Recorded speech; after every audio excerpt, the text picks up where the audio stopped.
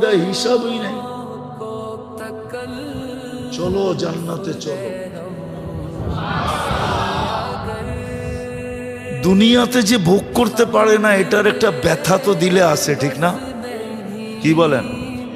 হ্যাঁ, কি বার্গারের দোকানের সামনে দিয়ে গেলে একটা ব্যথা লাগে না? হ্যাঁ, না লাগে না? সবার মনে হয় লাগে না, ঠিক না? চাইনিজ হোটেলের সামনে দিয়ে গেলে একটা ব্যথা লাগে না? ভালো ভালো কাচ্চির দোকানের সামনে দিয়ে গেলে লাগে না? ভালো ভালো পোশাক পরিচ্ছদ দেখলে লাগে না? সুন্দর সুন্দর বাড়ি দেখলে লাগে না?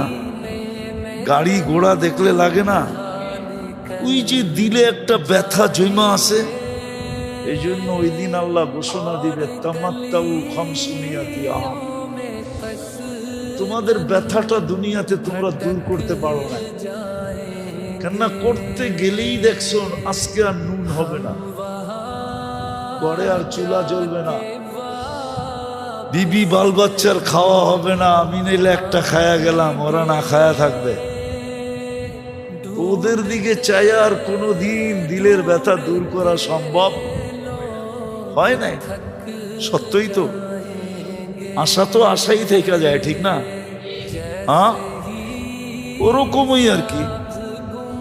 মাথা ডাকলে পাও খুলা যায়, পাও ডাকলে মাথা খুলা যায়। আল্লাহ বলবে তোমাদের আশার ব্যথা আমি দূর করব। 500 বৎসর তোমরা জান্নাতেরটা খাবে, তারপরে আমরা ধনীদেরকে ঢুকতে দিব। তামাত্তাউ খামসুমিয়াতি আম। জান্নাতের নিয়ামত তোমরা 500 বৎসর ভোগ করো।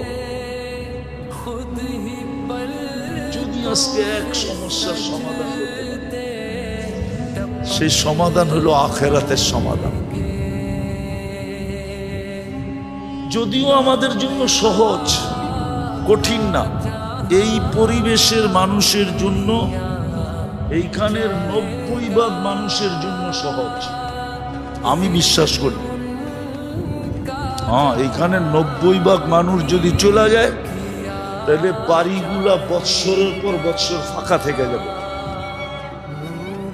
না মনে হয় রাগ হয়ে গেল? সত্য তো, 90% মানুষের জন্য সহজ। কসম খোদার, আমার কথা মানেন, আজকে সহজ আমাদের, কিন্তু একটা বাধা আছে, আমাদের মন এই কথাটাকে মানতে দেয় না।